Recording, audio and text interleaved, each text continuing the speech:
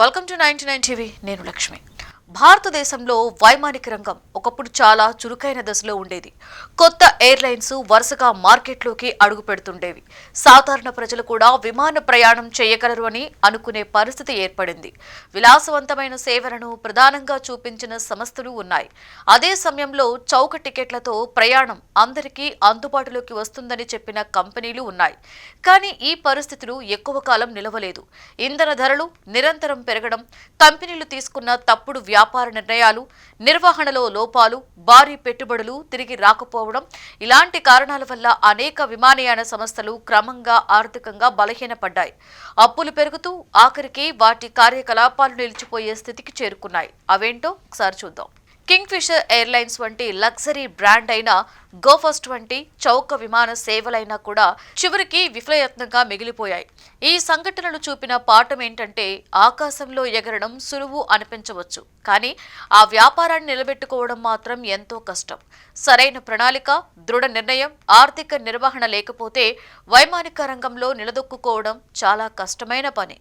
King fissure airlines కి పౌర విమానయాన మంత్రిత్వ శాఖ 2003లో ఎయిర్ ఆపరేటింగ్ పర్మిట్ ఇచ్చింది. ప్రారంభంలో ఈ సంస్థ ఆకర్షణీయమైన సేవలతో పేరు తెచ్చుకుంది. కానీ కొద్ది కాలానికే పెరుగుతున్న ఇంధన ధరలు, ఎక్కువ నిర్వహణ ఖర్చులు, టికెట్ విక్రయాల నుండి వచ్చే ఆదాయం తగ్గిపోవడం వంటి కారణాలతో కంపెనీకి పెద్ద ఎత్తున నష్టాలు మొదలయ్యాయి. ఈ నష్టాలు పెరుగుతూ చివరికి సంస్థ వేల కోట్ల రూపాయల అప్పుల్లో చిక్కుకుంది.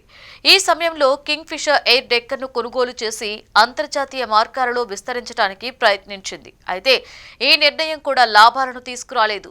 పరిస్థితి రోజురోజుకి మరింత క్షీణించింది. ఉద్యోగులకు జీతాలు ఇవ్వలేని స్థితి వచ్చింది. బ్యాంకుల్లో తీసుకున్న రుణాలను చెల్లించలేకపోయింది. ఫలితంగా అనేక విమాన సర్వీసులు రద్దయ్యాయి. పరిస్థితి ప్రమాదకరంగా మారడంతో భద్రతా కారణాలు, అలాగే ఆర్థిక కారణాలను చూపుతూ డీజీసీఏ 2012 అక్టోబర్ 20న కింగ్ ఫిషర్ ఎయిర్లైన్స్ కు ఇచ్చిన అనుమతులను రద్దు చేసింది. ఈ నిర్ణయం తీసుకునే ముందు డీజీసీఏ చీఫ్ 2012 అక్టోబర్ 2న కంపెనీ సీఈఓలను కలిసినా సమస్యకు పరిష్కారం దొరకలేదు. అనుమతులు రద్దయిన తర్వాత కూడా కంపెనీ తిరిగి సేవలు ప్రారంభించడానికి ప్రయత్నించింది. కానీ ఆర్థిక పరిస్థితి చాలా దారుణంగా ఉండడంతో కంపెనీ మళ్లీ నిలదొక్కుకోలేకపోయింది.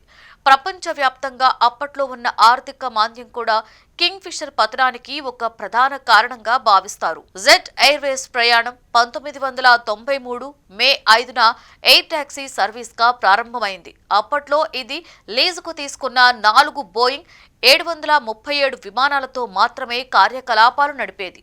1995 జనవరిలో దీనికి స్కెడ్యూల్డ్ ఎయిర్లైన్ హోదా లభించింది.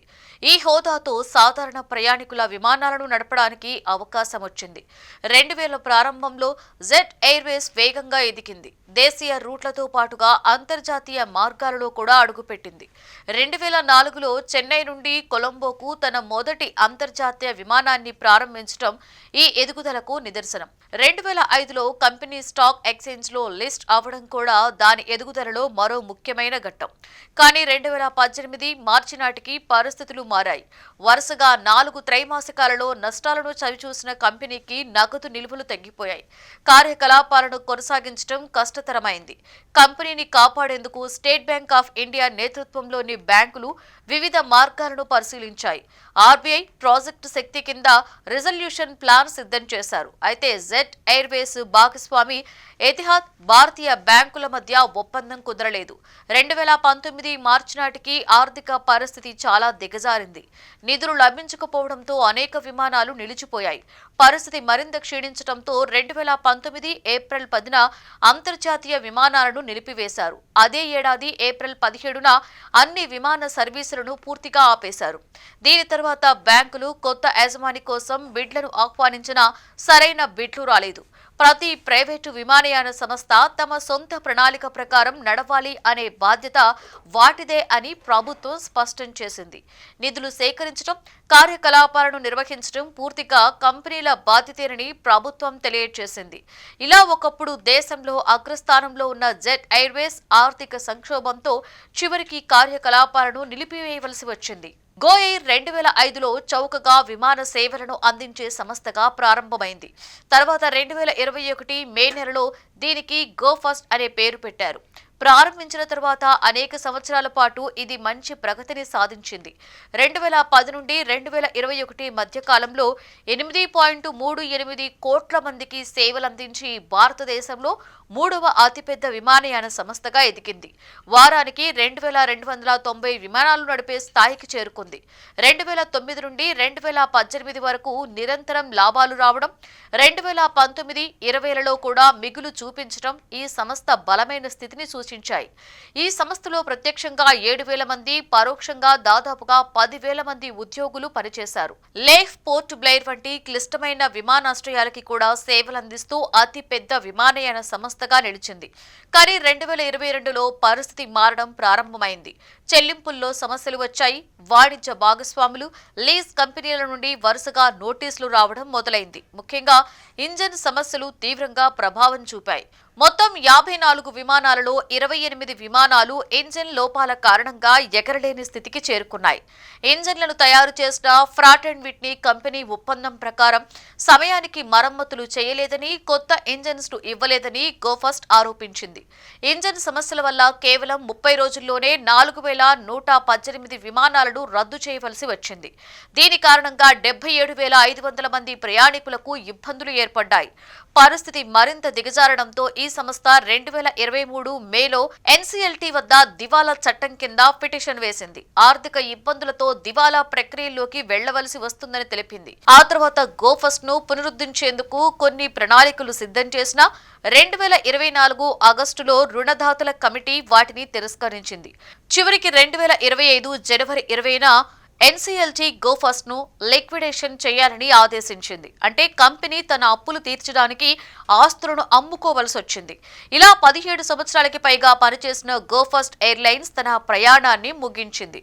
ఇక ఎయిర్ డెక్కన్ ను జిఆర్ గోపీనాథ్ స్థాపించారు. సాధారణ ప్రజలు కూడా విమానంలో ప్రయాణించాలి అన్న లక్ష్యంతో ₹1కే చౌకగా ప్రయాణం చేసే అవకాశం కల్పిస్తానని ఆయన ప్రకటించారు.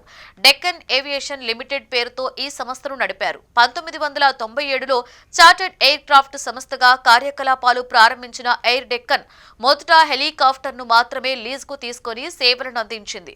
2003 ఆగస్టులో ఎయిర్ డెక్కన్ అధికారికంగా వాణిజ్య విమాన సర్వీసులను ప్రారంభించింది. బెంగళూరు హుబ్లీ మార్గంలో చిన్న ఏటీఆర్ విమానంతో మొదటి సర్వీస్ నడిపింది. సంస్థ ఎదుగుదల వేగంగా జరిగింది.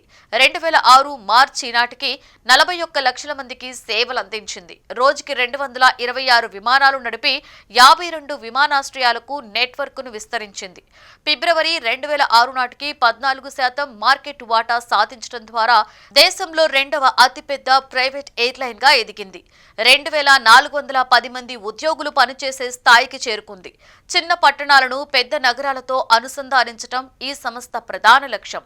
అప్పట్లో దేశంలో దాదాపుగా 450 విమానాశ్రయాలు ఉన్నప్పటికీ పెద్ద జెట్ విమానాలకు వీలైనవి చాలా తక్కువ. ఈ పరిస్థితిని దృష్టిలో పెట్టుకుని ఎయిర్ డెక్కన్ ఏటీఆర్ వంటి చిన్న టర్బోప్రాప్ విమానాలను ఉపయోగించి ప్రయాణం అందరికీ చేరువ చేసింది. సంస్థ వేగంగా ఎదుగుతున్న సమయంలో 2007లో Kingfisher Airlines air Deccan లో 26% వాటాని కొనుగోలు చేసి బ్రాండ్ ను సింప్లిఫై చేసి డెక్కన్ గా మార్చింది. 2008లో తిరిగి రీబ్రాండింగ్ చేసి సింప్లిఫైడ్ డెక్కన్ ను కింగ్ ఫిషర్ రెడ్ తో విలీనం చేశారు. కానీ అప్పటికే ప్రారంభమైన ఆర్థిక సమస్యలు మరింత తీవ్రతరమయ్యాయి. ప్రభుత్వ ఉడాన్ పథకం కింద మళ్లీ కార్యకలాపాలను ప్రారంభించింది. అయితే కోవిడ్ మహమ్మారి ప్రభావంతో పరిస్థితి మరింత క్షీణించింది. 2020 ఏప్రిల్లో company CEO Arun Kumar Singh airline ను నిరవధికంగా మూసివేయవలసి వచ్చిందని ప్రకటించారు. ఇలా సాధారణ ప్రజలకు విమాన ప్రయాణం అందుబాటులోకి తీసుకురావడంలో కీలక పాత్ర పోషించిన ఎయిర్ డెక్కన్ తన ప్రయాణాన్ని ముగించింది. పారామౌంట్ ఎయిర్వేస్ ప్రయాణికులకు తక్కువ ధరలోనే బిజినెస్ క్లాస్ సౌకర్యాలు అందించాలని లక్ష్యంగా పెట్టుకుంది. ఇందుకోసం న్యూ జనరేషన్ ఎంబ్రయర్ 170/190 సిరీస్ విమానాలను భారతదేశంలో మొదటిగా ప్రవేశపెట్టింది. ఈ ఆధునిక విమానాలతో ప్రయాణికులకు మంచి అనుభవం ఇవ్వాలి అనే ఆలోచనతో 2005 అక్టోబర్లో సర్వీసును ప్రారంభించింది. ప్రారంభంలోనే లగ్జరీ విమానాలను లీజుకు తీసుకుని కార్యకలాపాలు నడిపింది. కానీ లీజు చెల్లింపుల్లో సమస్యలు రావడం మొదలైంది. లీజింగ్ కంపెనీలతో వచ్చిన వివాదాలు చివరకు లీగల్ కేసుల దాకా చేరాయి. ఆర్థిక ఇబ్బందులు మరింత పెరిగినప్పుడు బ్యాంకుల కన్సాలిడేషన్ కి సుమారుగా 400 కోట్ల రూపాయలకు పైగా బకాయి ఉన్నట్లు బయటపడింది. ఈ పరిస్థితుల్లో లీజింగ్ కంపెనీలు పారామౌంట్ ఎయిర్వేస్ విమానాలను స్వాధీనం చేసుకున్నాయి. విమానాలు లేకపోవడంతో అన్ని సర్వీసులు నిలిచిపోయాయి. చివరికి 2010లో పారామౌంట్ ఎయిర్వేస్ తన కార్యకలాపాలను పూర్తిగా ఆపేసింది. ఇలా తక్కువ ఖర్చుతో బిజినెస్ క్లాస్ అనుభవాన్ని అందించాలనే లక్ష్యంతో ప్రారంభమైన ఈ ఎయిర్లైన్ ఆర్థిక సమస్యల వల్ల తన ప్రయాణాన్ని కొనసాగించలేకపోయింది.